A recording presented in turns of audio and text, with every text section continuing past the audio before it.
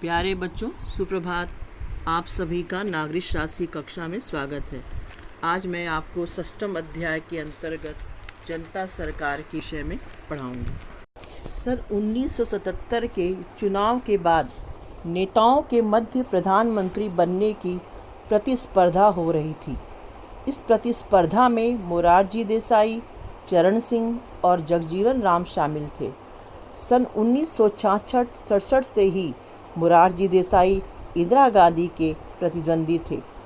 भारतीय लोक दल के प्रमुख और उत्तर प्रदेश के किसान नेता चौधरी चरण सिंह भी इस दौड़ में शामिल थे।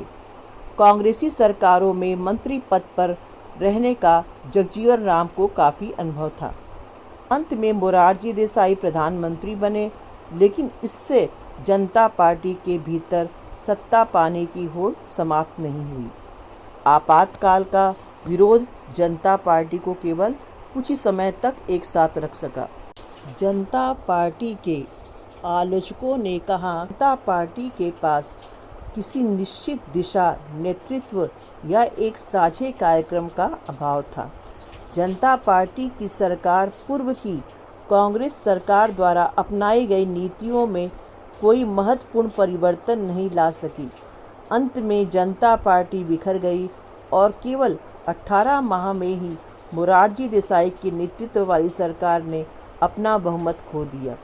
कांग्रेस पार्टी के समर्थन से दूसरी सरकार चौधरी चरण सिंह के नेतृत्व में बनी। बाद में कांग्रेस पार्टी से अपना समर्थन वापस लेने का निर्णय लिया।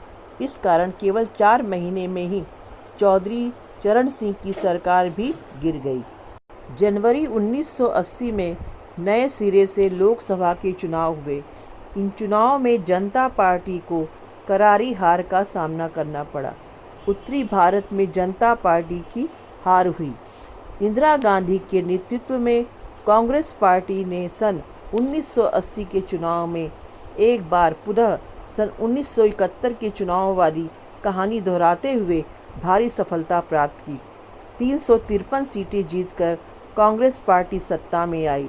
सन 1977-79 के चुनाव में लोकतांत्रिक राजनीति को एक और पाठ सिखाया कि यदि सरकार अस्थिर हो तो उसके भीतर आपसी खींचतान हो तो मतदाता ऐसी सरकार को कठोर दंड देते हैं।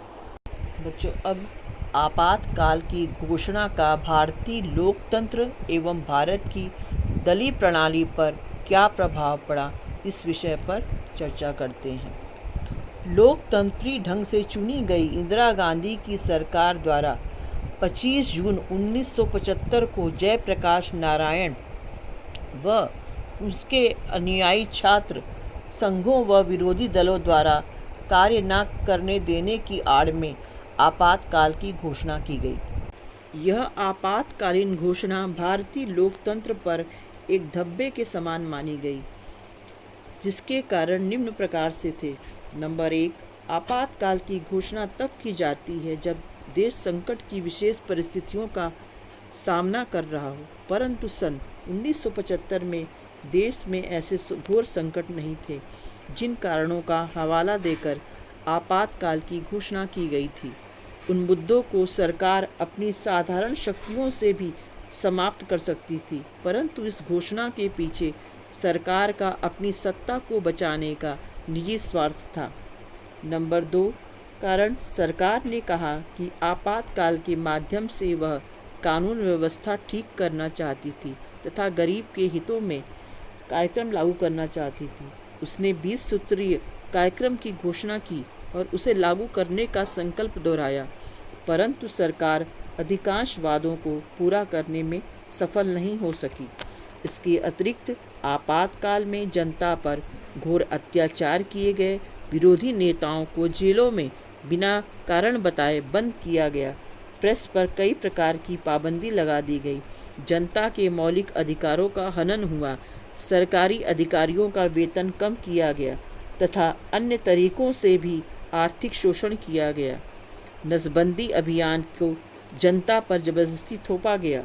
इस प्रकार हम कह सकते हैं कि आपातकाल की घोषणा भारतीय लोकतंत्र पर एक धब्बा है, क्योंकि लोकतंत्र में अनुशासन में रहते हुए नागरिकों को मौलिक अधिकार प्राप्त है।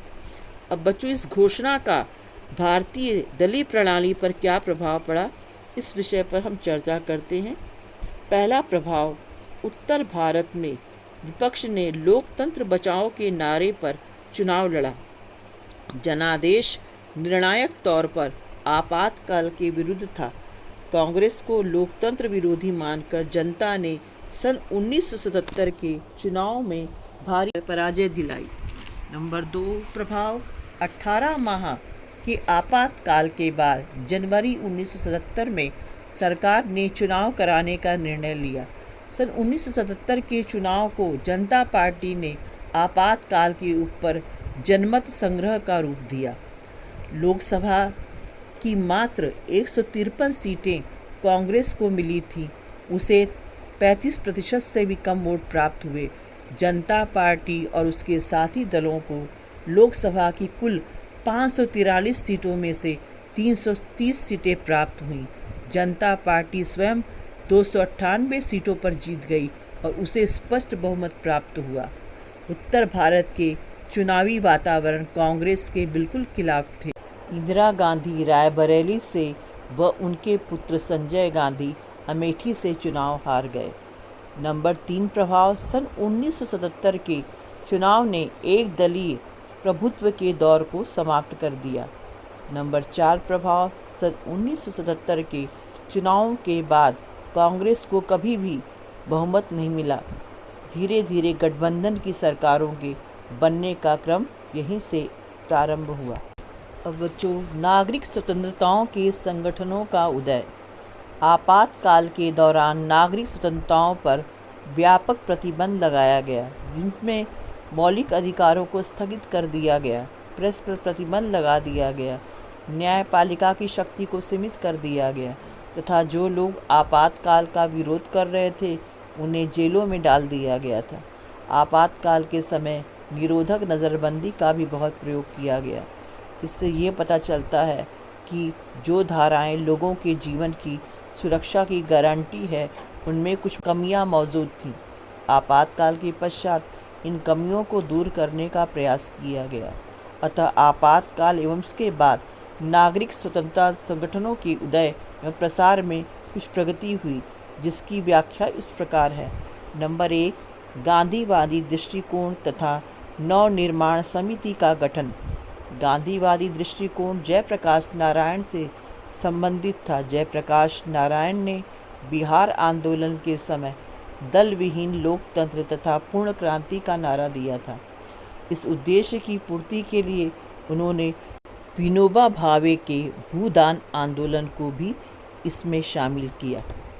जयप्रकाश नारायण ने इसके लिए गुजरात एवं बिहार के युवा छात्रों को शामिल किया तथा एक नव निर्माण समिति का गठन किया। इस समिति का उद्देश्य सार्वजनिक जीवन से भ्रष्टाचार को समाप्त करना था। इन सभी कारणों से भारत में नागरिक स्वतंत्रताओं की सुरक्षा का आंदोलन शुरू हुआ। नंबर 2, नक्सलवादी संगठनों का उदय। नक्सलवादी संगठन बंगाल, केरल व आंध्र प्रदेश में भी सक्रिय थे। नक्सलवादी वाम दलों से अलग हुआ गुट था, क्योंकि इनका वाम दलों से मोहभंग हो गया था। इन्होंने लोगों की स्वतंत्रता एवं मांगों को पूरा करने के लिए हिंसा का सहारा लिया, परंतु सरकारों ने इस प्रकार के आंदोलन को समाप्त करने के लिए बल प्रयोग का सहारा लिया। नंबर 3, नागरिक स्वतंत्रता एवं लोकतांत्रिक अधिकारों के लिए लोगों का संघ। नागरिक स्वतंत्रता एवं लोकतांत्रिक अधिकारों के लिए लोगों के संघ का उदय अक्टूबर 1976 में हुआ। संगठन से न केवल आपातकाल में बल्कि सामान्य परिस्थिति में भी लोगों को अपने अधिकारों के प्रति सतर्क रहने के लिए कहा गया, क्योंकि प्रजातांत्रिक व्यवस्था में प्रायः मानवाधिकारों का हनन होता रहता है। सन 1980 में नागरिक स्वतंत्रता एवं लोकतांत्रिक अधिकारों के लिए लोगों के संघ का नाम बदलकर नागरिक स्वतंत्रताओं के लिए लोगों का संघ रख दिया गया तथा इस संगठन का प्रचार प्रसार पूरे देश में किया गया। ये संगठन नागरिक अधिकारों की रक्षा के लिए जनमत तैयार करवाता था। बच्चों, अब हम नागरिक स्वतंत्रता के संगठनों की समस्याओं के विषय में चर्चा करते हैं। सबसे पहली समस्या, प्रायः इस तरह की संस्थाओं को राष्ट्र विरोधी कहकर इनकी आलोचना की जाती है। नंबर 2 समस्या, नागरिक स्वतंत्रता के संगठनों की गतिविधियां आतंकवादियों से प्रभावित रही हैं। नंबर 3, नागरिक स्वतंत्रता के संगठनों की सफलता से कुछ ऐसे असामाजिक तत्व भी शामिल हो गए हैं जो इन संगठनों की विश्वसनीयता को अपनी गतिविधियों से कम कर रहे हैं। नंबर 4, कुछ तथाकथित ऐसे समाज सुधारक भी इन संगठनों से जुड़ गए हैं जिनके लिए यह केवल एक व्यवसाय है। बच्चों, आज से आपका 6वां अध्याय लोकतांत्रिक व्यवस्था का संकट का समापन हो रहा है। धन्यवाद।